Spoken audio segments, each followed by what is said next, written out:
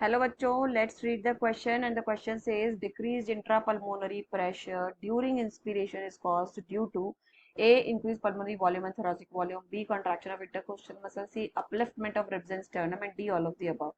Question को solve करने के लिए की कॉन्सेप्ट है इंस्पिरेशन मैकेनिज्म। इसको समझना पड़ेगा हमें,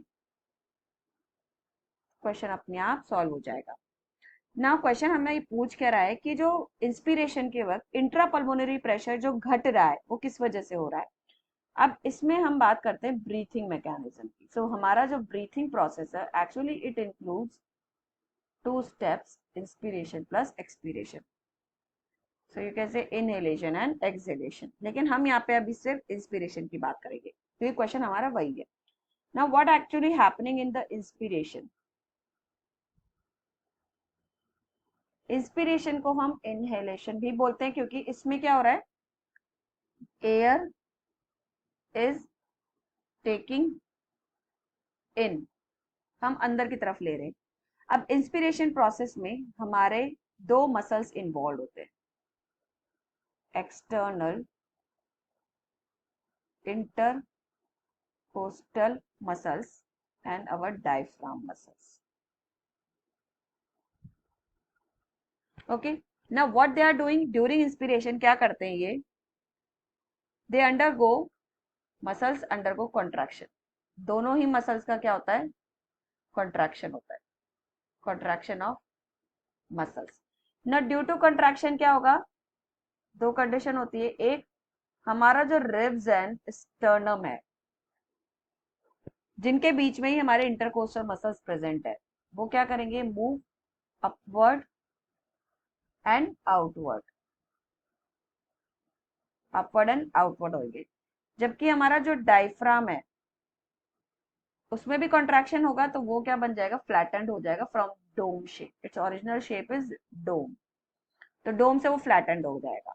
due to both the two reason, हमारा जो thoracic वॉल्यूम है,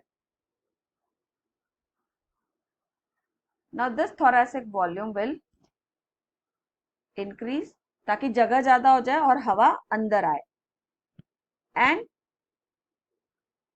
pressure will decreases, pressure decrease हो जाए।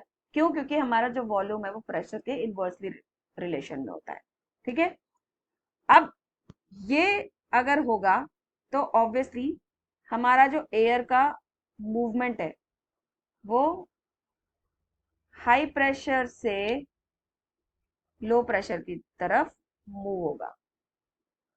और हाई प्रेशर कहाँ प्रेजेंट है, हमारे एटमॉस्फेयर में, मतलब बाहर, और लो प्रेशर हमारा थोरेसिक वॉल्यूम में, मतलब लंग्स के अंदर।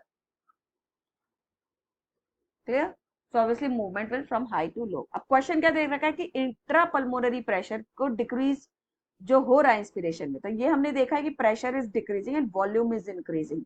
फाइन, तो ये क्यों हो रहा है, due to a increased pulmonary volume and thoracic volume. तो यस, दिस इज करेक्ट, क्योंकि इसमें थोरेसिक, क्योंकि हमारा रिब्स और स्टर्नम कहाँ प्रेजेंट है, थोरेसिक चैम्बर में प्रेजेंट है, एंड लंग्स का भी वॉल्यूम उसके साथ बढ़ेगा, इसीलिए एयर अंदर आएगा और प्रेशर इसीलिए घट रहा है। B, contraction of intercostal muscles, so this is also the correct answer, क्योंकि external intercostal muscles, intercostal muscle which present in between the ribs, तो ऑब्वियसली उसमें कॉन्ट्रैक्शन होगा, तो रिब्स एंड स्टर्नम क्या हो रहे हैं, हमारे बाहर की तरफ जा रहे हैं, मूव अपवर्ड एंड आउटवर्ड।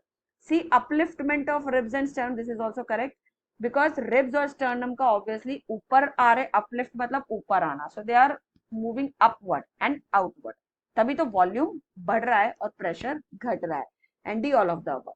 सो सारे ऑप्शंस करेक्ट है, इसलिए हम इसका रीजन जो दे रहे हैं वो all of the above, the D is the correct answer, because all the three reason are correct for decreasing of intrapulmonary pressure during inspiration. So the answer is D. So I hope you understood it well. Best of luck.